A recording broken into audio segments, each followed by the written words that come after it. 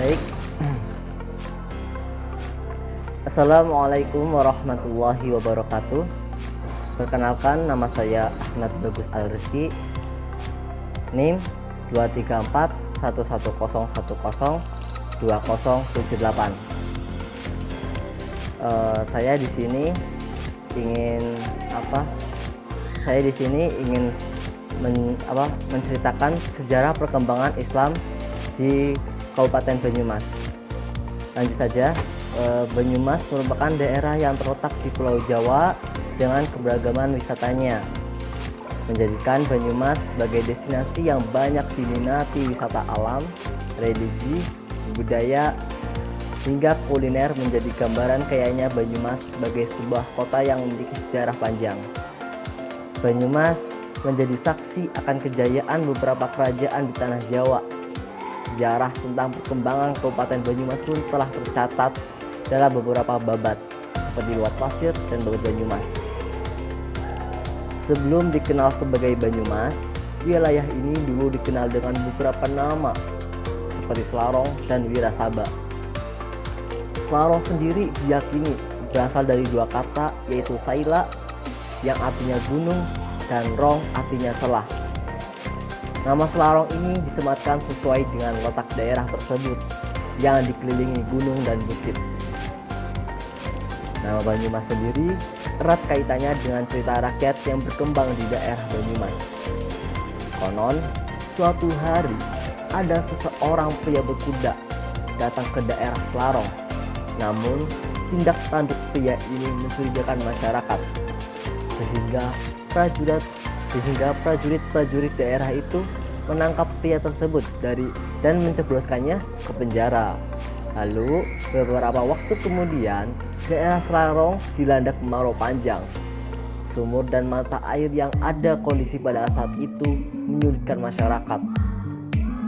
Mereka hampir putus asa untuk mendapatkan air untuk kebutuhan sehari-hari.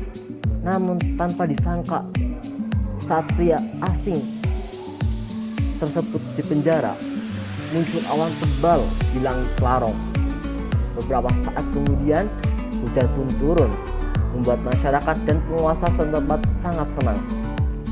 Masyarakat yang sudah lama tidak menemui air seakan-akan menemukan perhiasan dengan turunnya air hujan ini. Sebagian dari mereka ada yang berseru, "Banyu, banyu, banyu," saking senangnya. Sedangkan sebagian lainnya ada yang berseru, "Emas, emas, emas." Karena sautan-sautannya masyarakat dengan turunnya hujan itu, lama-kelamaan terdengar, "Banyu, emas, banyu, emas." Pembahasan mengenai Banyumas sebelum masuk Islam tidak dipisahkan dari sejarah dua kerajaan besar yang menguasai Jaya, yaitu Kerajaan Majapahit yang berasal dari Jawa Timur, yang bertempat pada Jawa Timur, dan Kerajaan Pajajaran yang menguasai Jawa Barat. Alur pada Majapahit yang kemudian membentuk Banyumas bisa ditelusuri pada sejarah berdirinya Kadipaten Wirasaba I pada abad 15. Sementara jalur kerajaan Pajajaran dapat ditemukan pada sejarah berdirinya Kadipaten Pasir Luhur pada sekitar abad 14 hingga 15.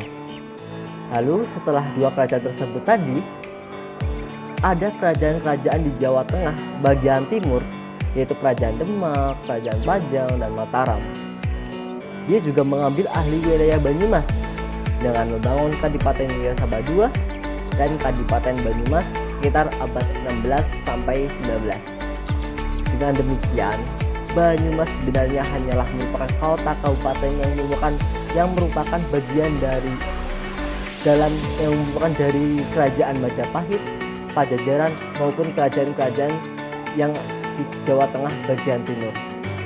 Lalu, Islam pertama kali diperkenalkan ke tanah Pasir Luhur pada sekitar abad 15 Masehi oleh Syekh Madum Wali. Jadi, dulu sejarahnya yang ini diceritakan oleh juru kunci Muhammad Jufri begini menurutnya.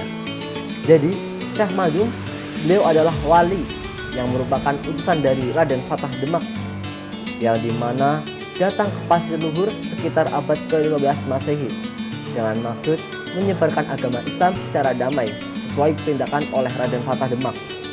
Pada masa itu, wilayah Kadipaten Pasir Luhur mayoritas dihuni oleh orang-orang Hindu, Buddha,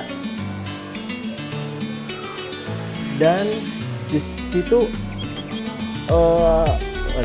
pada masa itu wilayah Kadipaten Pasir Luhur mayoritas dihuni oleh orang-orang Hindu, Buddha. Lalu dengan Raden Banyak Blanak sebagai adipati dan Raden Banyak Galek sebagai patihnya. Nah, keduanya tadi ya, Raden Banyak Blana dan Raden Banyak Galek ya. Ternyata keduanya itu adalah saudara seayah. Berarti dia adik kakak ya. Dan keturunan kelima dari Raden Kamandaka, yaitu dari kerajaan Pajajaran Jawa Barat. Lalu Syekh Madum Wali diutus oleh Raden Fatah Demak untuk mengislamkan daerah Pasir Luhur dengan pendekatan damai. Lalu setelah pertemuan tersebut antara Syekh Madum dengan Raden Banyak Blanak ya dan Galek melakukan pertemuan, tetapi dia tidak ada perlawanan. Bahkan mereka ya, Raden Banyak Blanak dan Raden Banyak Galek, mereka segera memeluk Islam tanpa perlawanan. Sepertinya mereka telah menerima hidayah dari Allah Subhanahu wa taala. Lalu ya, setelah kedua tersebut menjadi beragama Islam, keduanya bekerja keras untuk menyebarkan agama Islam melalui berbagai cara seperti bimbingan, sholawatan, pengajian, dan kegiatan lain sebagainya. Raden Banyak Blanak diundang oleh Raden Fatah pada saat itu. Nah, Raden Banyak Blanak diundang untuk ke Demak, dan beliau Raden Banyak Blanak diberi gelar oleh Raden Fatah, yaitu Pangeran Senopati Mangkubumi pertama. Nah, merupakan jadi gelar tersebut sebagai penghargaan atas perannya dalam penyebaran agama Islam. Dan Senopati juga memiliki gelar yang tinggi pada saat itu. Nah, lalu Raden Banyak Blanak dan Raden Banyak Galek sepertinya telah menerima hidayah dari Allah SWT dan memeluk Islam tanpa memberontak ya. Lalu setelah menjadi muslim, keduanya berjuang untuk menyebarkan agama Islam dengan berbagai cara ya. Tadi seperti gendangan, sholawatan, pengajian, dan metode lainnya. Lalu di masa lalu Kadipaten Pasir Luhur memiliki wilayah yang sangat luas dan tidak semua penduduk di sana memeluk Islam. Salah satu tokoh awal yang memeluk Islam adalah Raden Banyak Tolek, putra dari Senopati Mangkubumi pertama, atau tadi ya nama aslinya Raden Banyak Blanak. Namun kemudian si Raden Banyak Tolek keluar dari Islam karena terpengaruh oleh masyarakat yang masih beragama Hindu dan Buddha. Hal ini menyebabkan konflik antara ayah dan anak. Ya, tadi sudah Raden Banyak Tolek anaknya Raden Banyak Blanak. Tapi pada saat itu si Raden Tolek mengalami kekalahan dalam pertempuran melawan Senopati Mangkubumi I atau Raden Banyak Blanak dan melarikan diri ke arah selatan, bagian ke timur hingga mencapai daerah Kebumen. Dan akhirnya di daerah Kebumen itu di desa Petanahan. Nah, pada saat itu tepatnya Raden Tolek meninggal dunia dan dimakamkan di daerah situ juga. Meskipun daerah itu sudah masuk wilayah Kebumen, ya, ketika Senopati Mangkubumi I mendengar berita kematian putranya yang tidak beragama Islam, Senopati Mangkubumi I sangat kecewa dan sedih. Akhirnya Senopati Mangkubumi I juga ikut meninggal karena beliau memikirkan anaknya terus hingga dia sakit-sakitan. Akhirnya beliau karena sangat kecewa sehingga terpikul banget oleh kepergian anaknya, akhirnya dia meninggal. Setelah meninggalnya Senopati Mangkubumi pertama, Syekh Madum memanggil adiknya tadi ya, Senopati Mangkubumi pertama, yaitu yang bernama Raden Banyak Galek. Dia meminta Raden Galek agar mau melanjutkan perjuangan kakaknya tadi, si Raden Banyak Blanak. Nah, Raden Banyak Gala itu akhirnya setuju ya atas tadi persetujuan antara Syekh Madun ya, Syekh Madun Madi, dan kami minta satu syarat, bahwa jika Raden Banyak Gala meninggal ya, suatu saat ketika Raden Banyak Gala meninggal, maka ia ingin dimakamkan berdampingan dengan Syekh Madun. Akhirnya Syekh Madun Wali menyetujui permintaan dari Raden Banyak Gala. Akhirnya Raden Banyak Gala dengan semangat tinggi melanjutkan upaya untuk menyebarkan agama Islam di Pasir Uhud. Selama berjalannya waktu saat berproses menyebar agama Islam di Pasir Uhud, Raden Banyak Gala dipanggil ke Demak untuk bertemu dengan Raden Fatah. Kemudian beliau si Raden Fatah memberi gelar kepada Raden Banyak Gala ya, dengan sebutan yaitu Senopati Mangkubumi II.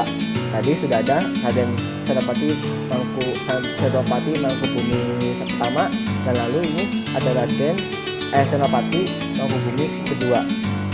Nah, lalu ya ke Syekh Madun wafat pada 2 Syaban.